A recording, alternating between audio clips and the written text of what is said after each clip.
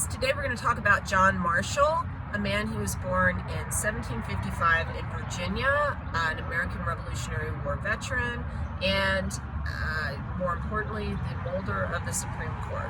He is the fourth Chief Justice of the Court, and arguably he is the most important Supreme Court Justice in all of American history, so you really need to understand a little bit about him.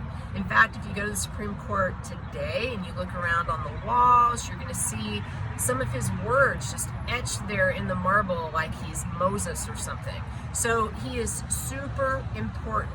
And why is that? It's because he's going to elevate the judicial branch to a position in which it is more co-equal with the executive and legislative branches of the United States. He's going to enforce the Constitution to encourage economic development in a sense of nationalism.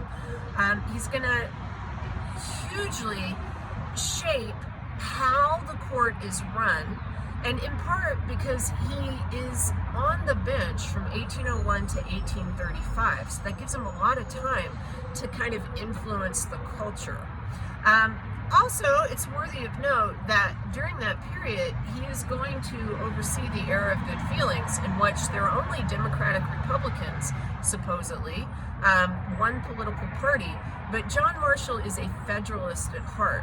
And he's another illustration that even if everyone calls themselves one thing in politics, in a free country, you always have differing points of view.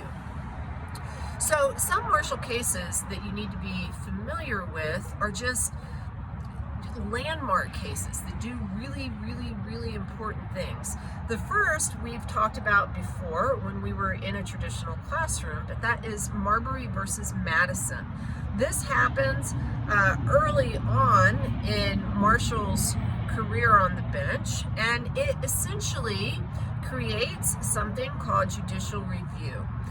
The details are not important about the case. What I want you to understand is because of the ruling in Marbury versus Madison, Marshall says, hey, Congress, you can put a law here, but if it doesn't jive with the Constitution, the court can throw it out.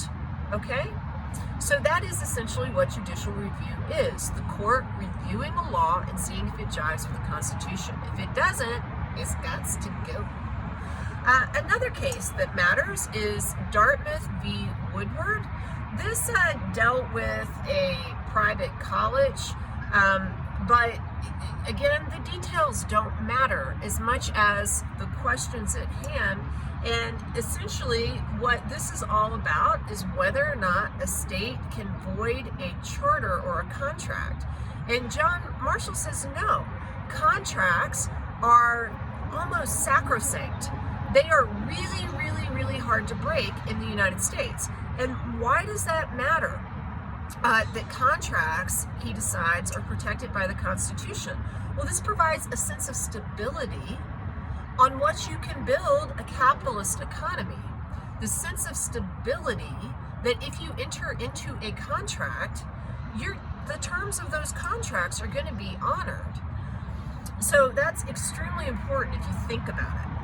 All right, McCulloch versus Maryland is a third case I'm going to mention today, and that deals with some things that we also talked about in our traditional classroom setting. You remember that Alexander Hamilton wanted to form a national bank, and he and Thomas Jefferson had kind of like a throwdown argument in which they presented the reasons why they thought this could or could not happen to George Washington. And Alexander Hamilton relied on something called the Elastic Clause and said that Congress has some implied powers and they can do things that they need to do that are not enumerated in the Constitution. So this is quite a few years later. The question comes up to the Supreme Court if a national bank is actually constitutional or not. And John Marshall's going to side with his boy Alexander Hamilton's earlier arguments and say, yes, absolutely, you can put up a national bank. Congress does have implied powers. This elastic clause it's a thing. Okay? Additionally, McCulloch versus Maryland says something else. The state of Maryland had the national bank put in its borders, so what it tried to do is tax it to death. And John Marshall he says it, and he goes, the power to tax is the power to destroy. So states, you can't destroy these federal institutions just because they're in your borders. So you need to step back, okay? What does McCulloch versus Maryland do overall that you need to kind of understand? It makes the federal government more powerful. And this is the theme that I really want you to get. John Marshall is a federalist at heart, so he makes the federal government more powerful all the time with his rulings. So another Supreme Court case that you might think about is Gibbons v. Ogden. I mentioned this in a TikTok about Robert Fulton, who created the first commercially viable steamboat, remember? So Gibbons v. Ogden was all about whether or not a state could grant a steamboat company a monopoly to operate between two states. If they could say, hey, this is the only steamboat company that can run between these states. And again, John Marshall's going to step in and say, hey, state, you're a little too big for your britches. No, you cannot do that. Our Constitution says that Congress regulates interstate commerce, and this is going to also create a more uniform system in which a nationalist economy can grow. So that is very important. And again, federal government stronger than state government. Now, John Marshall always rules for the federal government, right? Wait. Always? Whenever I say always, you know I'm giving you a clue, because nothing is ever always, right? Always is almost always. There is Barron v. Baltimore as an example of a ruling in which Marshall will side with the states. Now, what is that all about? So there's this guy named Barron. He had a wharf in Baltimore, Maryland, and the wharf ends up getting ruined by the city. And so he says, hey guys, you government cannot destroy my private property, so I want you to give me some money for it. And the Fifth Amendment of the Constitution protects my private property and says that you have to remunerate me. So that's what I want you to do. It goes all the way to the Supreme Court. And John Marshall hears this case and he goes, hey, Barron, you have a good point. You do, and this is really horrible for you. But the problem is the Bill of Rights only applies to the federal government. The government that messed you over was the city of Baltimore, which is a state entity.